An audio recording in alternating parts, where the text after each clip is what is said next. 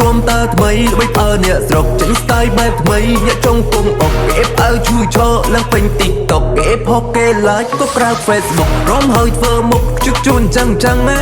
តោះរំចាំតានៅមុខក្បាច់ថ្មីចង់ចេះចាំធ្វើតាមតាកុំអេះអន់អឹមអៀនអីវាយឡើងក្បាច់តាចេញថ្មីថាសបាយចឹងណាតាថ្មីសែនល្បីអស់តក្រវីចង់កែអ្នកចង់ពងហោះហើបកែងជើងគួអុកលុយអស់តាតោះរំចាំតានាំមុខក្បាច់ថ្មីវាយឡើងក្បាច់តាចេញថ្មីថាសបាយចឹងណាតោះរំក្បាច់តាតោះរំក្បាច់តា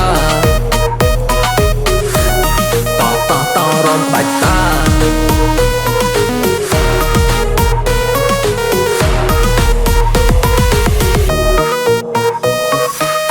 បាច់រួមតើថ្មីបីអើអ្នកស្រុកចេញស្ទាយបែបថ្មីអ្នកចង់ពងអុកគេអើជួយឈរឡើងពេញ TikTok គេផុសគេ like ក៏ក្រៅ Facebook រំហើយធ្វើមុខជឹកជួចចឹងណាចូលមកវាយឡើងដាក់ឲ្យអស់ដៃ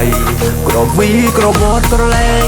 ចាក់រែងឡើងបែកញើខ្ចាយក្បាច់តាគេរំបែបហ្នឹងណាសបាយអស់តោះហ្មងណាតោះរំចាំតានៅមុខក្បាច់ថ្មីចង់ចេះចាំធ្វើតាមតាកុំអេះអន់អឹមអៀនអីវាយឡើងក្បាច់តាចេញថ្មីថាសបាយ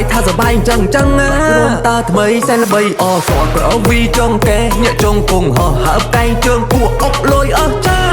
តោះរំចាំតានាំមុខក្បាច់ថ្មីវាយឡើងក្បាច់តាចេញថ្មីថាសបាយចឹងណាតោះរំក្បាច់តាតោះរំក្បាច់តា